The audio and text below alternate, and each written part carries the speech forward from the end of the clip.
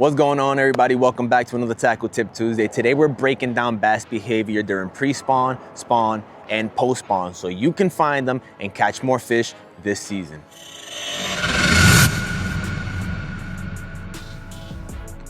Understanding how bass move through these three phases is key to making the right bait choices and staying on the bite.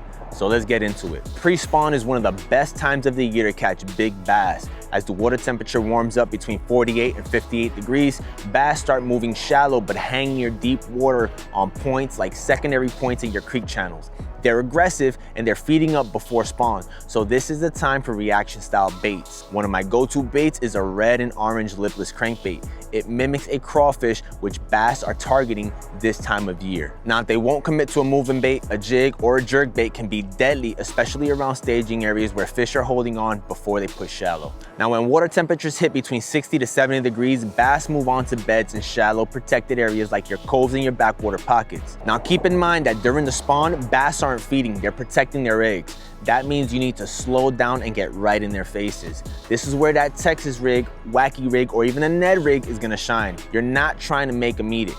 You're just trying to annoy them to bite it. Now, here's a little quick tip.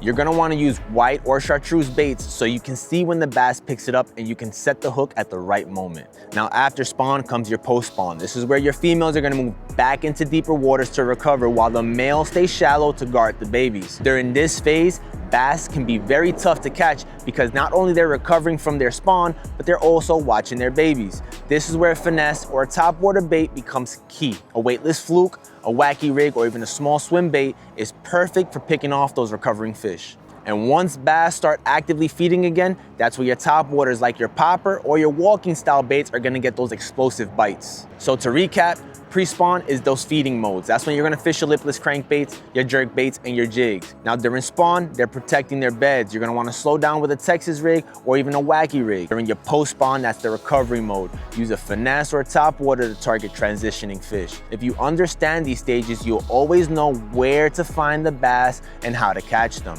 What's your favorite pre-spawn, spawn, or post-spawn bait? Drop it down in the comment section below, and don't forget to like, follow, and subscribe. Like always, I'll catch you guys on the next one.